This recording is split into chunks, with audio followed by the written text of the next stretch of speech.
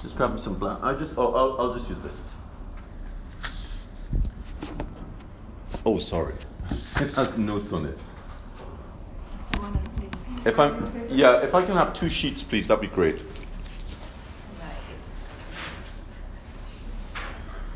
What? Is it? No. I don't spill the. All right. Thank you. Okay. So I showed this a couple of days ago, but I needed to record it, and I thought I would show it again.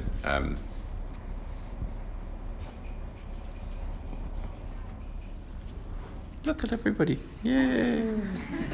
Okay, so if you're not meant to be here, hide. Right.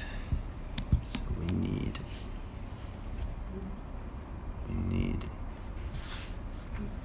this end of the table. Okay. It's all okay. Can you see my whole arm? Yes. All right. So what I'm going to teach you is I'm going to teach you my new brush hold. And you guys need to be over there because you won't see it from here. So we can sort of gather around that area. You can sit here. You help set this up, so you sit here. Okay. Okay. Wing, come sit. Come stand here.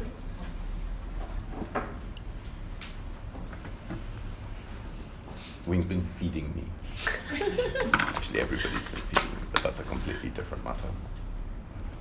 Okay, I'm going to show you how to change your pen hold. This, not good. So why don't you come in a little bit more? That's okay. Can you see? Yeah. Okay. This is a bad idea because this causes tension here. This is an equally bad idea. This is also a bad idea because you're right down at the tip of the pen when really you want to be a little higher up because it allows the wrist to engage in the shape of the letters. So how do you move from this or this, goodness knows how you even got to this, to this? This is not just about correcting your pen hold, it's about giving you a hold that allows you more flexibility. So I'm going to show you what I do. So the first thing, remember I asked you to pick up your tools, don't look down at the page, look up at the ceiling or look everywhere else but at your hand. And what you want to do is, if you hold the tool like this, that actually really hurts my hand. Wow, how you guys do that? That is really painful. And because my tendons are damaged, I can feel how painful this is. You have good hands, you don't know the damage you are doing to your hands. So I would put my hand flat, and then I would take the pen. So look, I'm holding it like, you guys who can't hold the tool properly. And I'm slowly moving, using the non-writing hand, the tool to that position. Okay? I am not squeezing the tool. Then what I want you to do is use the non-writing hand to, okay, so the other thing is, look at the arm. Yeah? I'm going to roll the arm over onto this part of the muscle. So I don't want the arm flat. I just want it rolled onto that part of the muscle. So it is roughly 60 degrees. Yeah? So notice I haven't changed the hold. I'm still holding the pen lightly. Now it's on the arm, it's on that part of the muscle. I'm going to tilt the tool upward. Look how easily I take that out of my hand, right?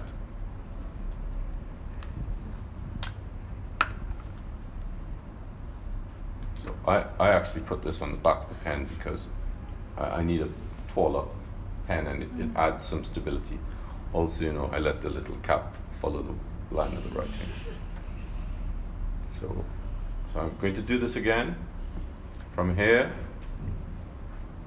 rotate to the side. Keep the whole hand, including the elbow, on the table, and tilt upward. Now notice what I'm going to do here. I'm going to put the little finger, the flat of the little finger, on the table so that it helps to support the hand. The little bone here at the back of the hand where it joins the wrist is also supporting that. I'm not doing this. I'm not squeezing. The tool has just moved from there to there to there. It's the same hold, but vertically. So I developed this hold to help people change their hold, but also to help you to not damage your tools. Because when you use a brush like this for modern calligraphy, this is horrific. But this produces, okay, which shape is better?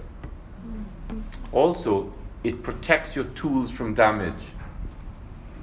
Now, I'm using a filamented brush, a bristle brush. I'm not using a spongy tip brush. That's a slightly different technique, which I'm not going to look at.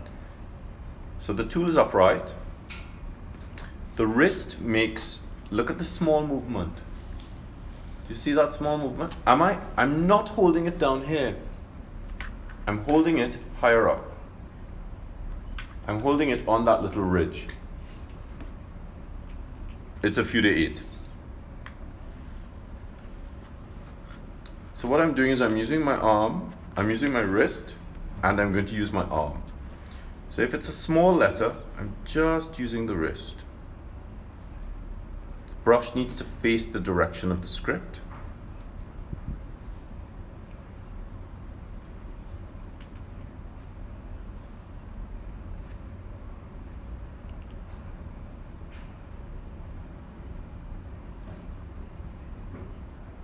But if I'm doing a big letter, I have to use my arm. Ready?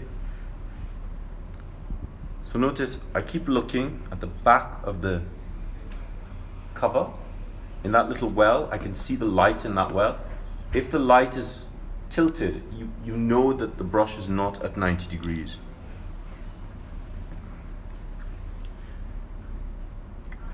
Did you see how my shoulder was quite tense and I've dropped the shoulders? Do you see how long it takes to actually get into the position to write?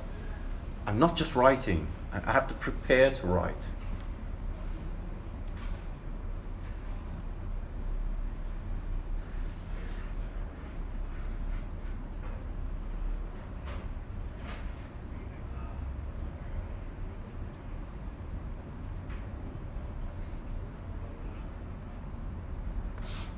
So flourishing, you can get, it keeps bumping into here.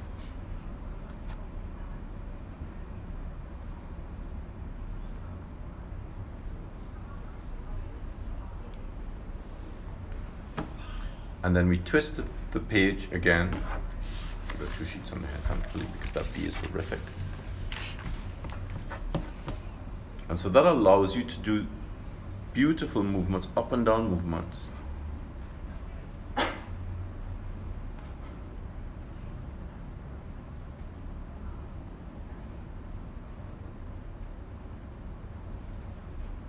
Now, that is with a brush. With a pen, what you're going to get is, look at this little pen. Sorry, I have to leave. If you can just grab me my pen, it's just over there, please. Yep, super. Thank you very much. Oh, there's no nib in it.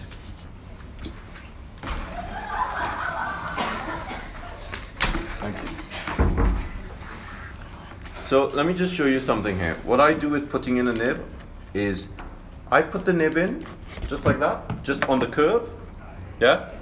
Now watch this, right? I've put the nib in, I'm not jiggling. I've just put it in, I'm pressing down and pushing back. And what that does is depresses the prongs. So you're not sort of guessing where the nib is going to go. So let's see.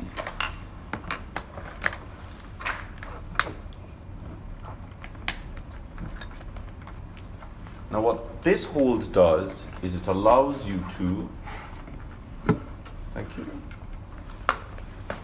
to hold the tool higher up. Do you see where that is?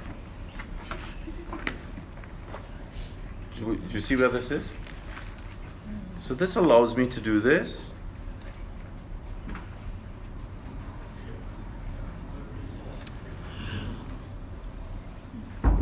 And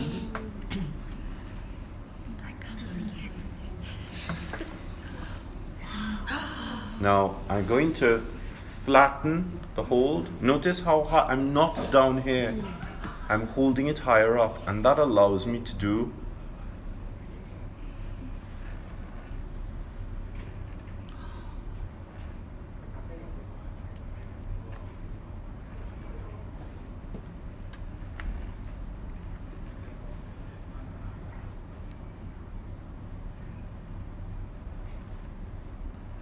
such problem with these nibs. So I'm holding a slightly flatter angle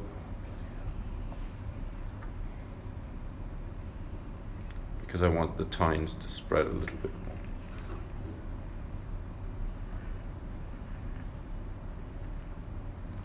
more.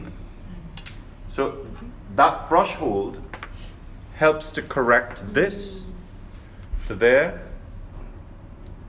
Put the little finger down. Now you might find that your little finger is slightly different to mine, obviously. So you will have to find a comfortable place where the little finger and this little area here creates a little tripod with the tool. And that's how you get support higher up. And so that's what helps you to do this. And then you go up and turn, and that's how you do the bottom. So you come down, and 1 and 2 and 3 and 4 and 5 and 6 and 7 and 8 and 9 and 10. So that's how you get that turn to work. Thank you very much for lending me a nib. Sorry, can I go too? Okay. Sorry. All right. I hope that helped. We're good to go and terrorize these students some more with some copper plate script. So thank you very much for joining us. Have a good day, and I will talk to you soon. Bye-bye.